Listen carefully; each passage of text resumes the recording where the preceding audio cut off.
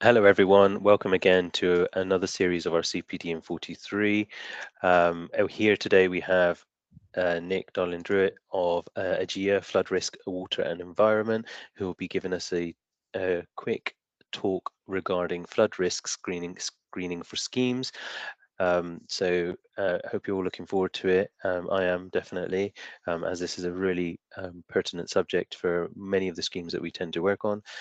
So I will hand it straight over to Nick to start off, but please do feel free to add questions into the chat box and message me there. I will, as usual, turn off my video and sound, but I will be here in the background, so please feel free to message me. And Nick, again, just indicate to me if you need anything and I will come back in. I'm just here. Nice one. Thanks, Esmond. Yeah, I should just share my screen. Cool. Give me a shout if you can't see that, by the way. So, yeah, as Esmond said, thanks for having me. My name's Nick. I am the Principal Flood Risk and Drainage Consultant at Aegaea, specialise in flood risk, drainage, flood modelling, that sort of thing. I've been doing this for 6 years-ish, probably done something like 1,000, 1,500 flood risk assessments, ranging from small-scale residential extensions through to commercial, shops, national rail infrastructure, energy generation, that sort of thing. So I've done so many, if you name it, I've probably done a flood risk assessment for it. So yeah, big sort of range of experience. The title for the presentation is Flood Risk Screening for Schemes. So I'll provide some discussion on how flood risk can affect schemes sort of architecturally and what you can look out for to ensure that your clients' developments are flood risk compliant from quite an early stage. I will break the presentation down into sort of two sections. So first half is going to be flood risk assessment focused and what to look for. But I've also, and that'll be sort of 15 minutes or so, and then I'll also do 15 minutes whistle-stop tour of sustainable drainage systems, so SUDS as well, becoming a lot more prevalent. As has been said, it's probably something that a lot of you are aware of from the schemes that you're working on at the minute. So I'll also provide some discussion on that as well, and sort of what they are, when they're required, and again, what to consider. And then we've got sort of 15 minutes at the end for questions and stuff at the end. So firstly, when is an FRA needed? One thing I will note at the start is this is quite England-centric, I guess. I do FRAs and flood risk and drainage across Scotland and Wales as well. This is going to be quite focused to England, but if there are any questions for Scotland and Wales, happy to take them at the end. As I said, do lots of work there. So can look at it at the end. I mean, to be honest, a lot of the wording, although different, the overarching kind of policy aims of flood risk in the three across the UK is very, very similar. So yeah, happy to sort of talk through it at the end if needed. So yeah, firstly, when do you need an FRA? When do you need a flood risk assessment? An FRA is needed for basically, long story short, any development that needs a planning application that is in an area at risk of flooding, and that is realistically from any source. Primarily, it's, or I guess the more common sources would be fluvial and tidal, so rivers and seas. If your development is in flood zones 2 or 3, regardless of the scale, you will need to provide an FRA as part of your planning application. For a bit of context, that's what flood zone 1, 2, and 3 is there as well, by the way. So 1 being low risk, 3 being high risk. Those are definitions set out in the NPPF.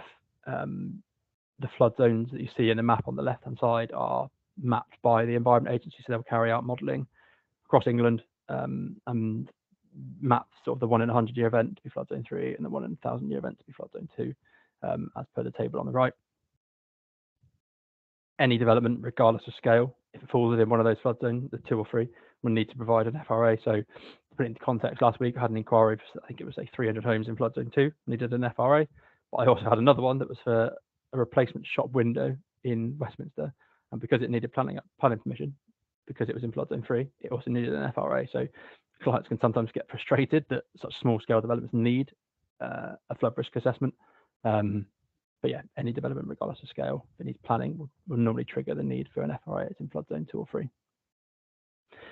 Just working through the list, if it's larger than a hectare as well, so it triggers the sort of the major development, major application criteria. If it's in flood zone 1, it will still need an FRA. And also, as I mentioned at the start, if it's at risk of flooding from any other source, so surface water, groundwater, sewers, it'll also need to provide a flood risk assessment. And that map there on the right-hand side is just the Environment Agency's surface water flood map. And again, it's a similar process. They model that across the whole of the country and break it down to low, medium, high. Obviously, if you fall within the areas that are at risk, then in theory, if you need planning, that is the trigger for an FRA.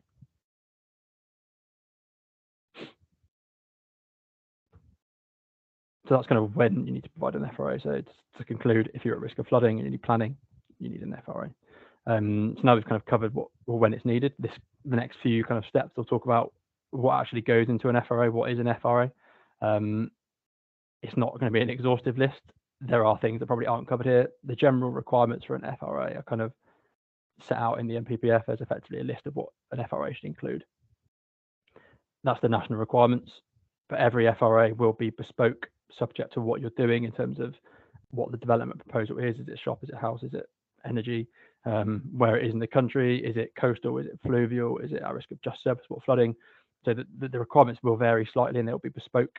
And while the NPPF sets out the general kind of overall aims, certain planning authorities will have their own, again, bespoke policies within their local plans that might be more onerous potentially than the requirements of the NPPF.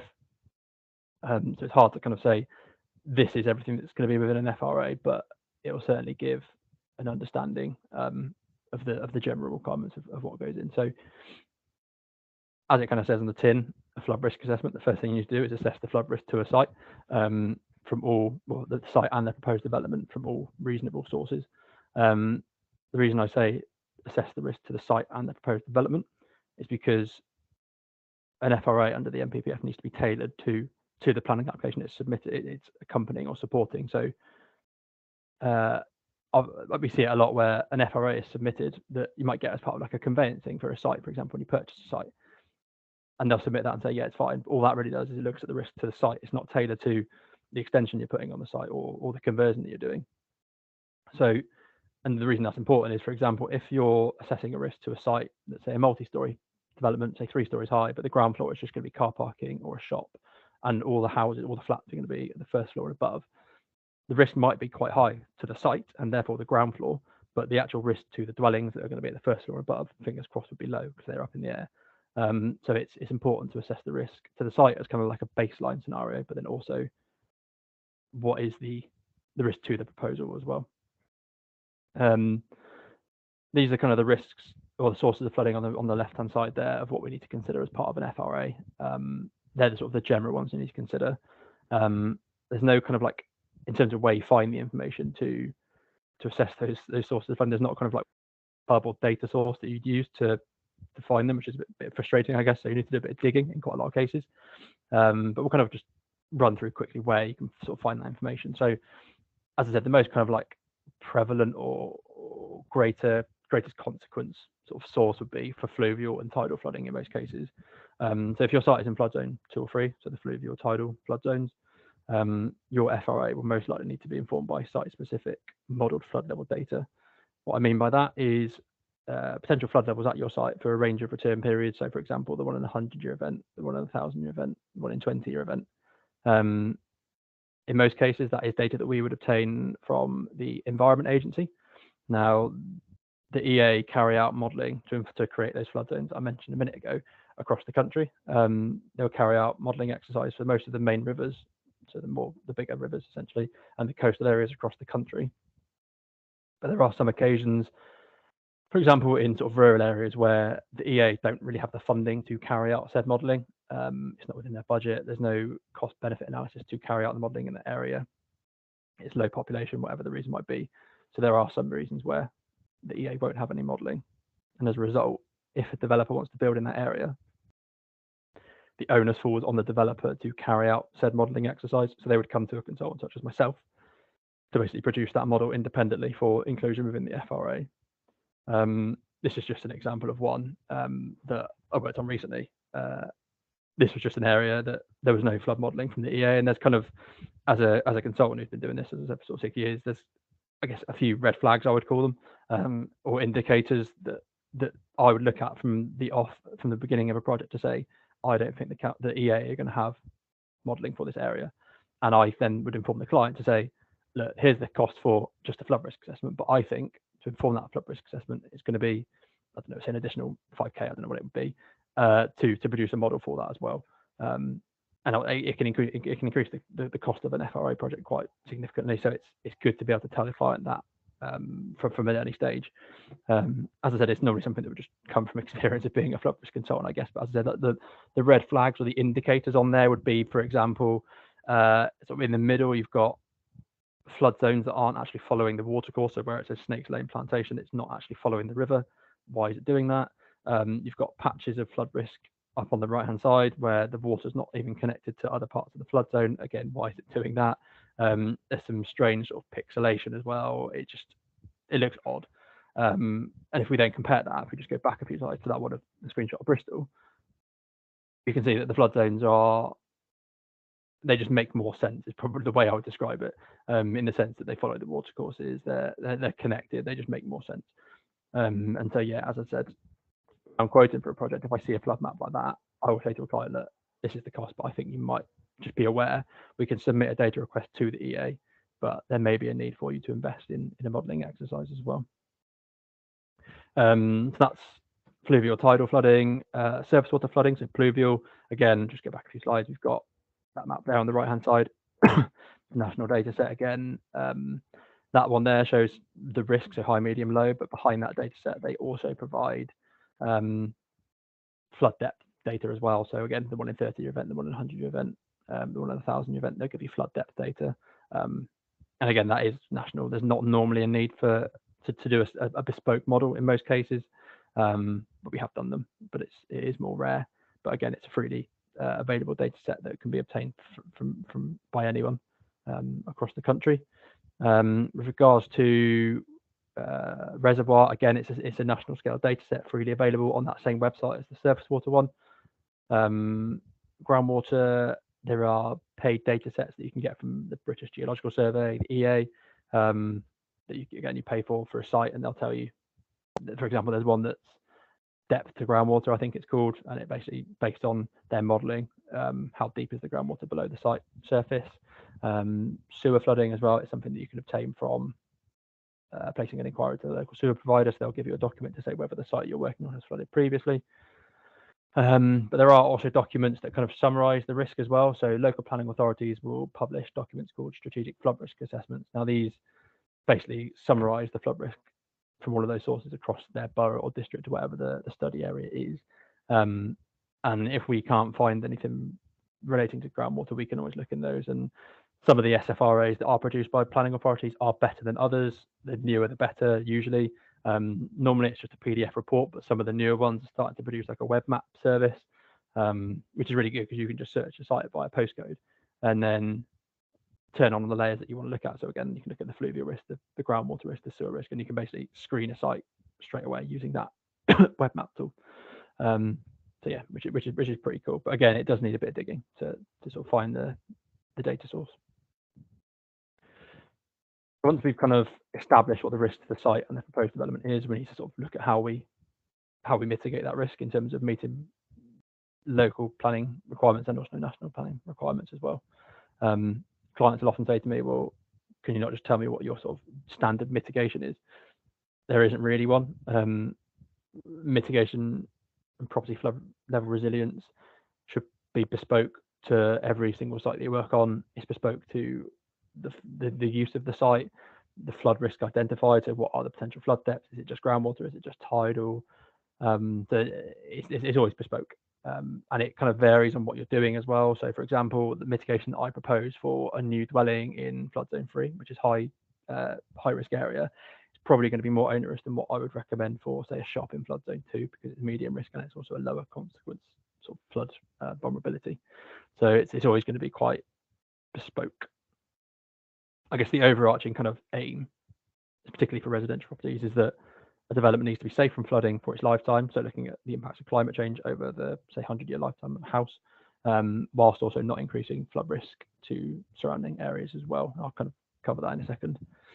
I guess, yeah, a usual consideration for residential would be to make sure that the floor levels of the house are going to be above the design flood level, which is normally the 100-year for fluvial sites and 200-year for tidal, plus an allowance for sort of climate change as well.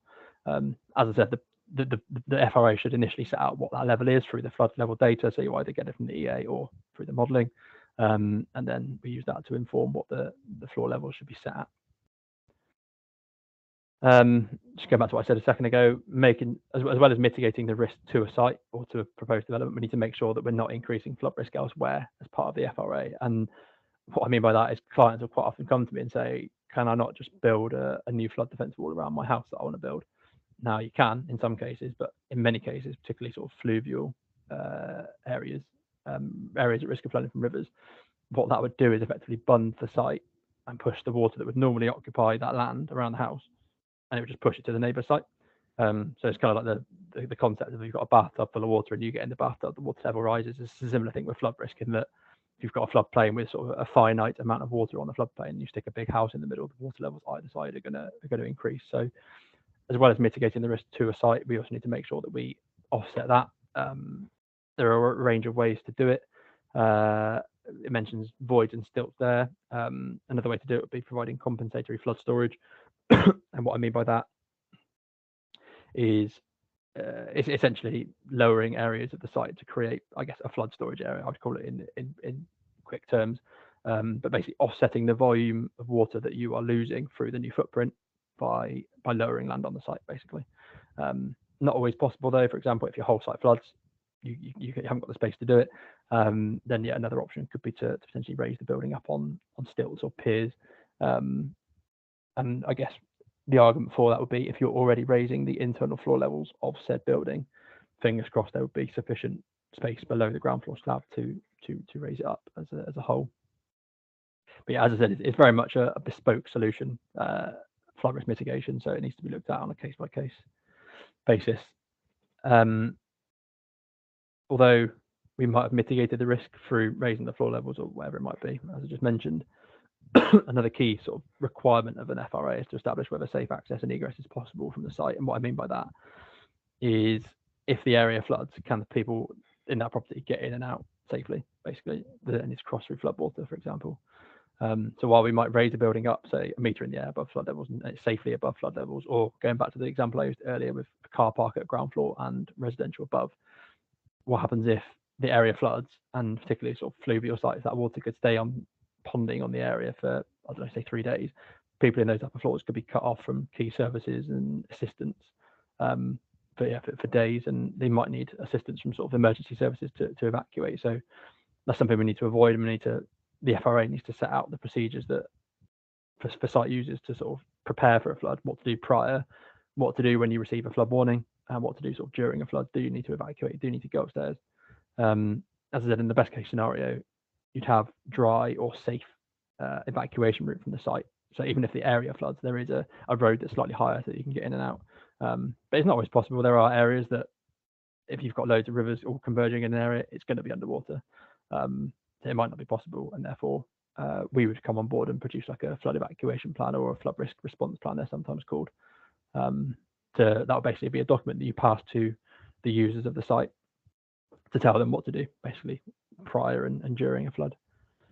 Another sort of final component of an FRA I'll touch on just quite quickly is flood risk activity permits. The reason I wanted to mention it is they can be quite big constraints to development. So a FRAP is what was previously known as like a flood defence consent. So basically any works within those two sort of buffer distances there from EA main rivers or sort of their defences, if you've got defences along the watercourse, is subject to a flood risk activity permit. Now, even if planning is granted and all the conditions are discharged, if a FRAP is needed because you fall within that criteria, but you haven't been granted one, you cannot commence works.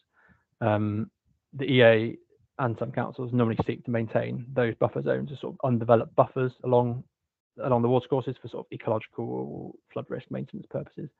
Obviously, in some cases that isn't possible. If you're working on a brownfield site where the building's already a metre from the watercourse, it doesn't seem reasonable for you to then have to enforce an 8-metre buffer. So there is some sort of pragmatism. I worked on one last week where we got the existing building was 0.5 metre from the watercourse, and the EA said basically don't go any closer than existing. So it's a case by case. But it's something I flag to clients from a very early stage. If they're building on a riverside site, I say to them that you might have these sort of 8-metre or 16-metre, subject to where you're in the country, buffers from said watercourse, so just be aware of it. And it's normally one of those things that it's probably best to have a chat with the EA, like a pre-app, just to kind of sound it out, really, just to make sure that you're not designing a great scheme and then they say, actually, no, you need to move the building 5 meters inland. So yeah, it's just quite an important consideration, really. That's kind of what flood risk is and when it's needed and what goes into it. I guess what can you do? I'm probably going to sound like a broken record come the end of this, but as a flood risk consultant, I'm probably slightly biased, but I really try and encourage others to make flood risk one of the first matters to consider when designing a scheme. And I appreciate I'm probably slightly biased, but flood risk can have such big implications on the viability and design of a scheme because there are so many aspects in terms of floor levels, layout, the buffer zones I just mentioned. So I would strongly recommend, as soon as you are appointed by a client, one of the first things to do would be to carry out, just even if it's a very quick screening, if it's something you do yourself, look at the EA's flood zone mapping, look at what flood zone you're in, and yeah, is it fluvial, is it tidal, is it surface water? Fingers crossed it's low risk, but obviously if it's high risk, and if in doubt, then just reach out to myself or a specialist. It's better for a specialist to come in at an early stage and inform design, rather than a client working up a dream home and us coming in and saying, actually, no, you need to raise it by a meter, you need to have a flood door here, you need to do X, Y, and Z. So the earlier the better is probably the key takeaway from that. So that's just, yeah, as I said, sort of what to look out for, really, in terms of flood risk. So that's flood risk in 15-20 minutes. Also, as I said, just provide a quick whistle-stop tour of SUDS as well, and then we can answer questions on both aspects at the end.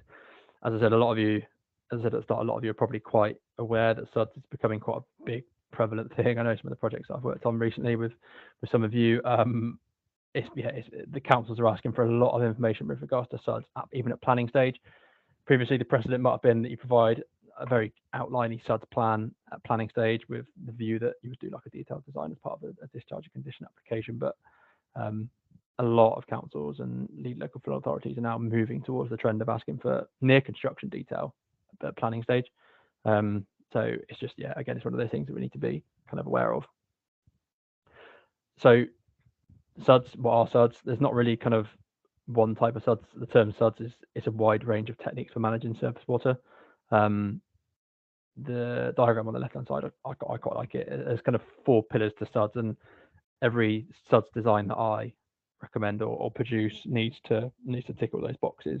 The top 2, the water quality and water quantity, are the 2 that are kind of have always been more prevalent, but particularly now with sort of biodiversity net gain requirements and the other stuff, a lot of the bottom 2 are becoming quite significant as well.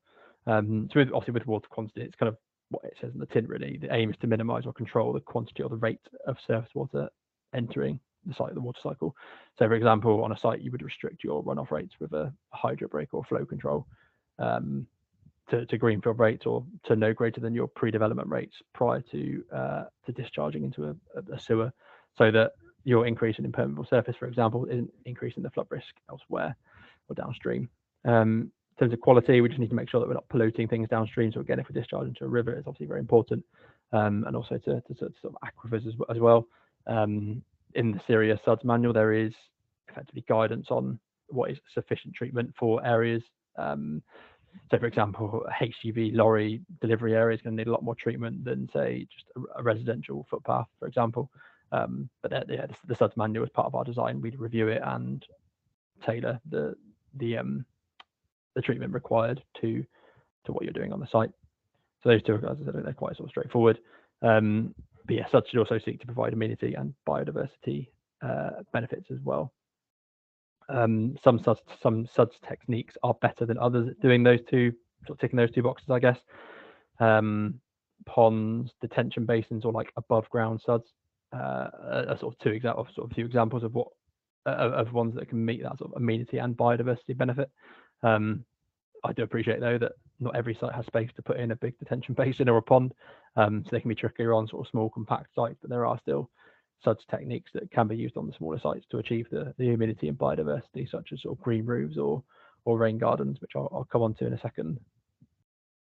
In terms of the table on the right, there's obviously a hierarchy of SUDS that we need to kind of look at The idea being that your runoff from your site needs to be managed as high up that hierarchy as possible, with 1 being the more sustainable option, and then 7 at the bottom being the least sustainable.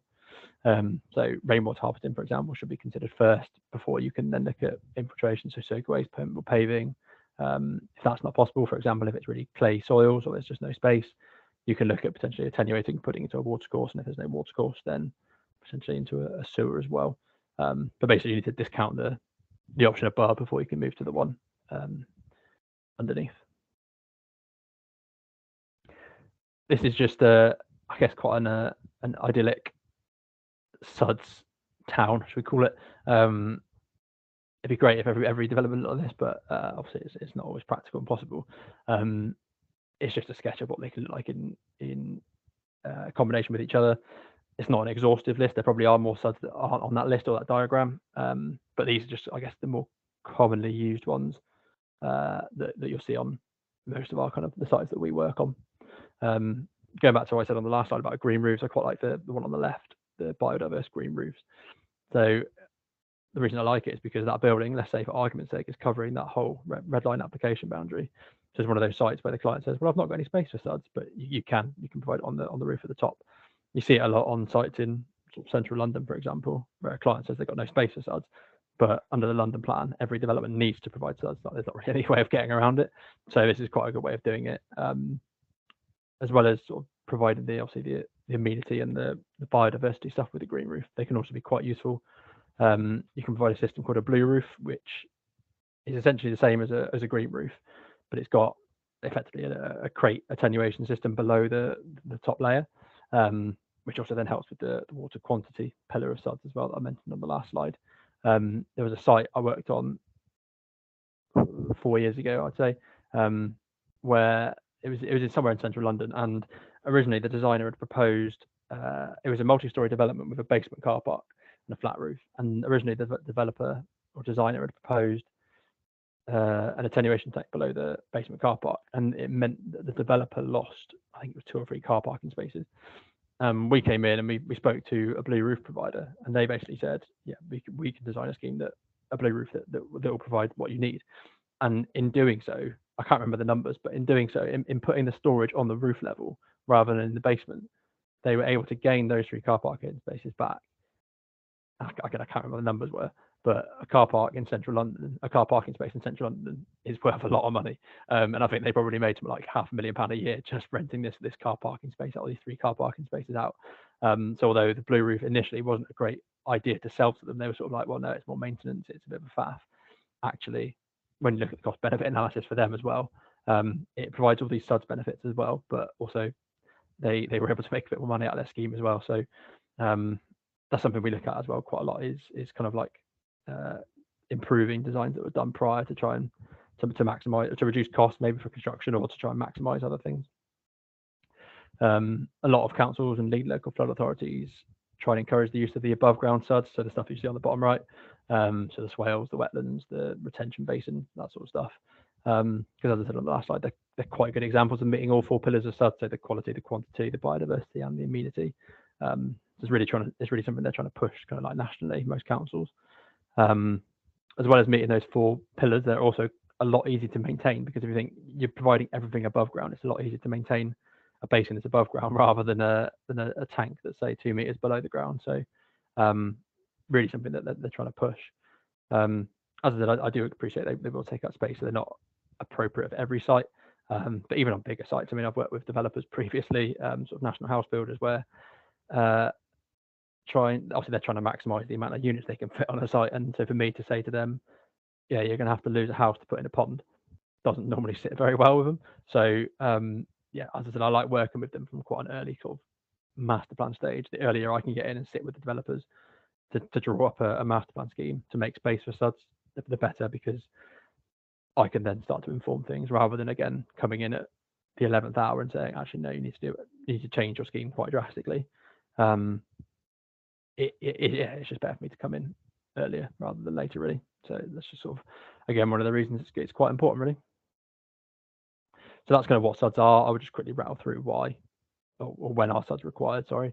As I said, it's becoming more sort of prevalent across the country. Sort of from 2015 onwards, well, in 2015, SUDS became mandatory for major applications.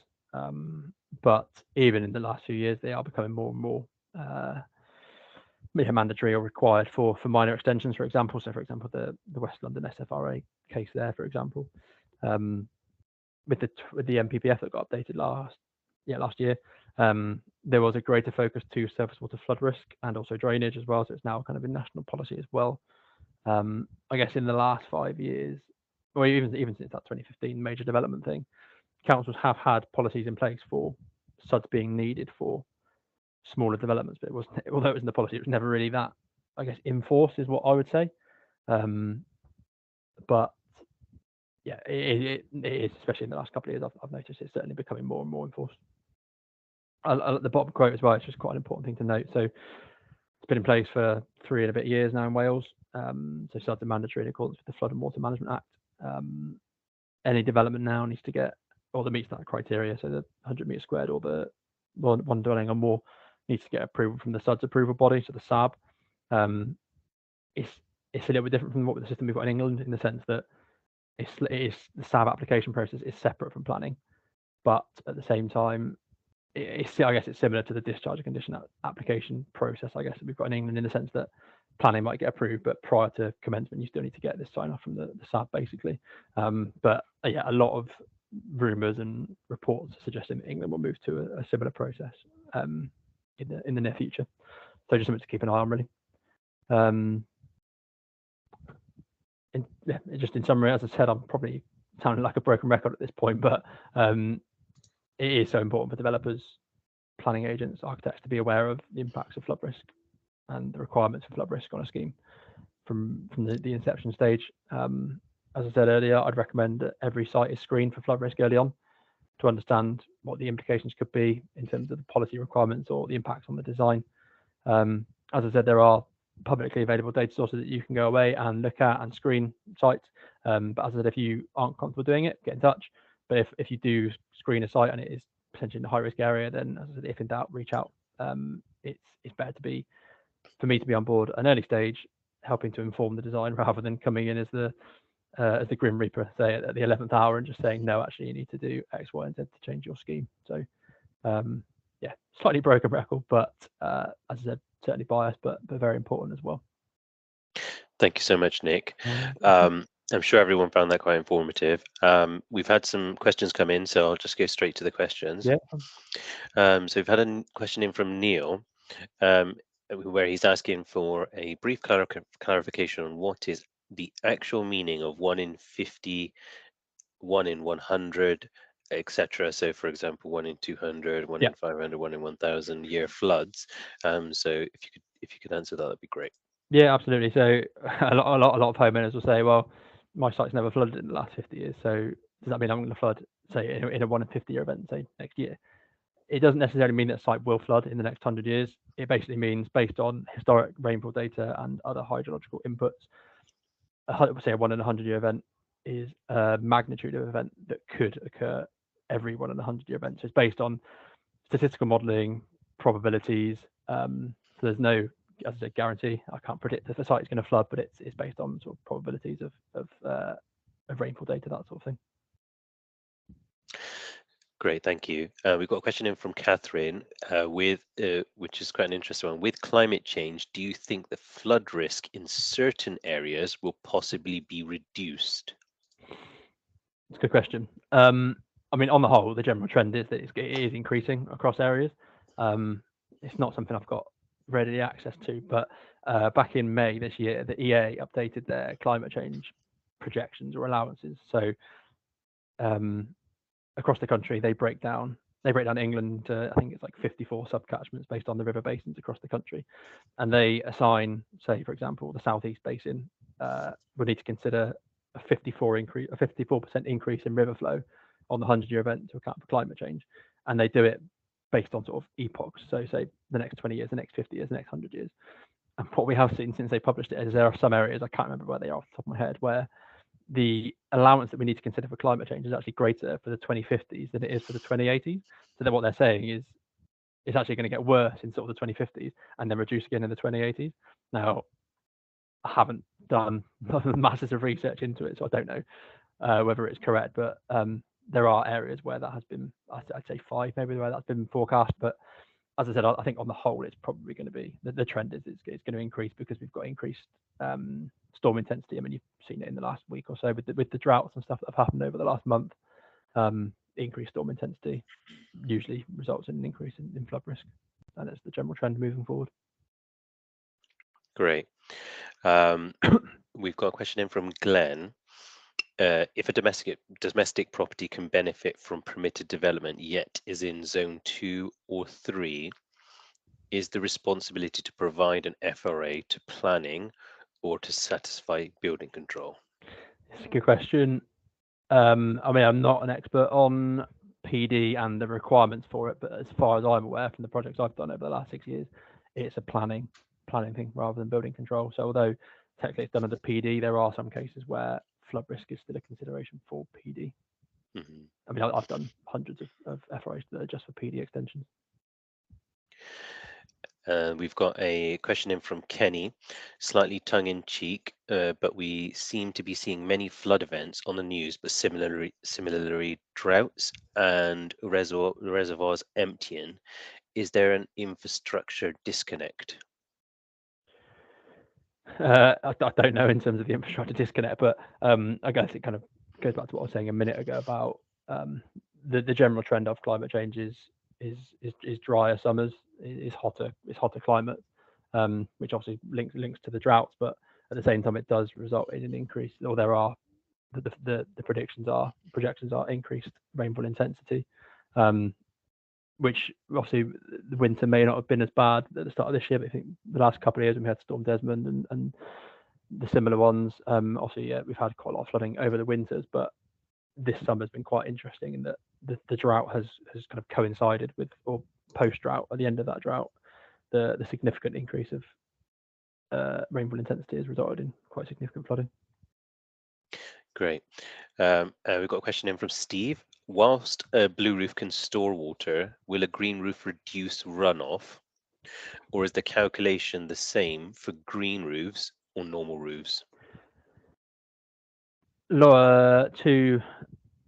summary, a green roof will provide some slowing of runoff, but nowhere near as much as a blue roof would. The green roof will act to have, it will soak up some of the water, obviously for the green aspect and evapotranspiration, etc. But with a blue roof, it actually has that attenuation layer and like a flow control orifice on the downpipe, so it can physically hold the water back and hold it in that storage layer. So yeah, hopefully that answers. We've got a question in from Andy. Is SUDS applications only required on developments extensions over 100 square meters? I'll just go back to that. So, I mean, no is the answer. I've had to do SUDS for extensions less than that, for maybe 20 square meters. I mean, Usman, that one that we've worked on recently, I don't know how big that is, but yes, it's certainly on ones less than 100 as well. Obviously, the Wales one, maybe. The Wales one obviously says more than one dwelling. So, with that one in Wales, maybe it is. If you're doing an extension of 80 square meters, maybe not. Because technically if the construction area is sub 100 square meters, then I guess the argument would be no. I guess we don't see that many of them, but that might be because they're not required, I guess. But yeah, certainly in England, I've done ones on extensions less. Yeah. So I've got a couple of questions, just in case if anyone else wants to add any. We're experiencing some really interesting sort of kickback, as in essence, from utility companies where additional requirements are being put forward for schemes. So, for example, they're asking us at building reg stage or technical stage, or even at planning stage if they are consulted, to come up with methods to slow the water, in essence, meaning is there a form of attenuation that could happen on site to therefore reduce the flow rate of water running off from that said proposal into the system if they were to give approval for you to tap into it. So that's something that's quite interesting. I'd like to sort of hear your thoughts on that. Yeah, with I guess it probably varies between sewer authorities, because some off the top of my head, I want to say maybe United Utilities. Again, this is talking about a project that I worked on a couple of years ago, but the council had a local policy in place that said your runoff needs to be restricted um, to 2 litres a second. I think it was, or 1 litre a second, something like that. But I think it was United Utilities. I'm pretty sure they said something like, actually, we think that's too low. We can actually accept 5 litres a second. So that they were actually going against what the council was saying in terms of their requirements. And we had a battle basically trying to argue to the council that United Utilities or the sewer provider basically said they would accept a higher flow rate. But there are certain areas where if a sewer authority knows that their current system is not adequate, if it's old, if it's at capacity, if it's flooding issues in the area, if someone is developing a site within that area and they feel that there is opportunity for betterment, I mean, technically, most councils will have a policy that says you should provide a betterment over your runoff rates. So it might be that the sewer authorities are now starting to sing from the same hymn sheet, so to speak, in the sense that they're now asking for that reduction as well. And as you said, the attenuation on site with the flow control. Yeah, it's probably the second one is there's another one that's coming. Questions come in, but I'll ask a second one whilst Yep. just beforehand. Um, we've had it on a number of schemes where I'll connect it into sort of a single question, but slightly elongated, where we've when referring to the EA's flood mapping, it seemingly doesn't appear to be the how do you say the appropriate place for potential for flood risk. Um, I think maybe Nick worked with one with us probably about 4 years ago where we had that potential concern, and I think when we went back to examine all the information, I think potential there wasn't a revision that was made. In essence, uh, the information that the EA holds or that they have on their mapping is constantly being developed, but also there are things that potentially might slip through. That's something that I became aware of as well. Yeah, absolutely. So they update their flood map quarterly. It doesn't necessarily mean that everywhere will change quarterly. They publish it quarterly, and if they've done updated modelling for that area within that quarter, that's when it will be updated.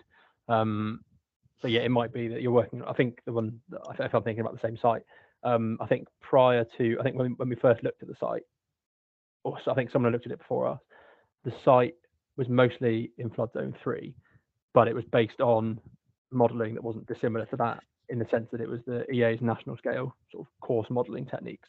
Whereas in that sort of next quarterly update, they'd done a detailed hydraulic modelling exercise, which then reduced the risk. And it's something to consider. I mean, obviously, just looking at this one again for example, I'm not sharing my screen anymore, am I? Or am I? Yeah. This was as an example. If a client wanted to build within one of those dark blue areas, as I said, I don't think the EA have modelling for this area. It might be that we actually go away and do a detailed hydraulic modelling exercise, and that flood risk is massively reduced, because this national scale modelling that they've got doesn't account for things like culverts and structures, really not very well. And so what this is basically showing is kind of like an indicative kind of like overland surface water route, whereas in reality we might do a detailed model that picks up the actual channel dimensions, the culverts, and it might show that there's actually more capacity within the channel to hold that water, and actually therefore reduce the flooding that's mapped, and therefore increase the development potential for a site for a client. So we're doing that with quite a lot of our sort of house builder developer clients at the minute. It's basically finding problem sites that they've got, and basically doing a modelling exercise to see if we can maximise development potential for them. Okay, and then we've got a final question in from Matthew. Yeah. Do you see any regulations on the horizon regarding new builds requiring the need to install a blue or green roof with a minimum area of buildings footprint, say for example 20%? And then he added an additional point below: blue roofs are used to attenuate rainwater. Yeah. It might be worth highlighting the percentage benefit of introducing the blue roofs based upon your understanding of that as well. Yeah, I mean, there's nothing that I've seen that's going to be, yes, you need to provide a green roof, blue roof, in terms of moving forward. There are situations where they're not really appropriate. You only really get them on flat roof buildings. So if you've got a roof pitch, it's not really it's not really appropriate. It don't really work. You can get some, depends on what the slope of the pitch is, but yeah, normally it's only you only really see them on sort of flat roof buildings anyway. I wouldn't say I've seen it as a requirement, and I don't foresee it being like you have to do it. I'd say the requirement moving forward is that every development will have to provide some form of SUDS, but not necessarily just a blue or green roof. It could be the rainwater harvesting that I mentioned at the start. It could be a rain garden. It could be a rainwater planter. It could be a water butt. So some councils might move towards having specific requirements, but in terms of a national standard, I mean, I've not seen anything to suggest it at this stage. Okay, great. Um, Thank you so much for the talk. I'm sure everyone's got some really key bits to sort of take away and have a think about. So thank you again, Nick, for giving us a talk on flood risk. Obviously, that was today's CPD in 43. I'll just do a quick run through our upcoming CPD in 43 events moving forward. We have Kime Paints, who will be doing a CPD on the 21st of September. Really interesting one, conventional paint system, but also paints that are able to be used in listed buildings and sort of decorative surface coatings, etc. Then we've got an update from Savills regarding planning and regeneration. So that will be on the 26th of October. So please do tune in. We had a lot of people asking us for sort of interim updates in regards to planning and regeneration. So this will be a year down the line from their previous talk. So please do sign up for these as they're released on the Eventbrite page. And our final event for the year, which will be on Wednesday, the 23rd of November, which is from uh, our sustainability consultant, a local sustainability consultant called Darren Evans. And this is a talk on achieving net zero carbon in construction. So please do sign up to all of these as they are released on Eventbrite.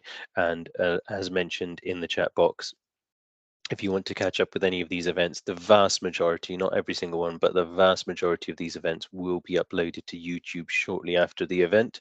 So all you need to do is go to either CIAT Technologist or go to just type in CPD in 43. It should take you quite quickly to the relevant section, and then you should be able to see a whole plethora of events and talks that you can view in your own sort of time.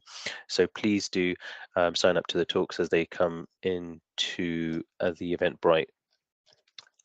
Thank you for everyone again. Thank you to Nick, and we'll bring the event to a close.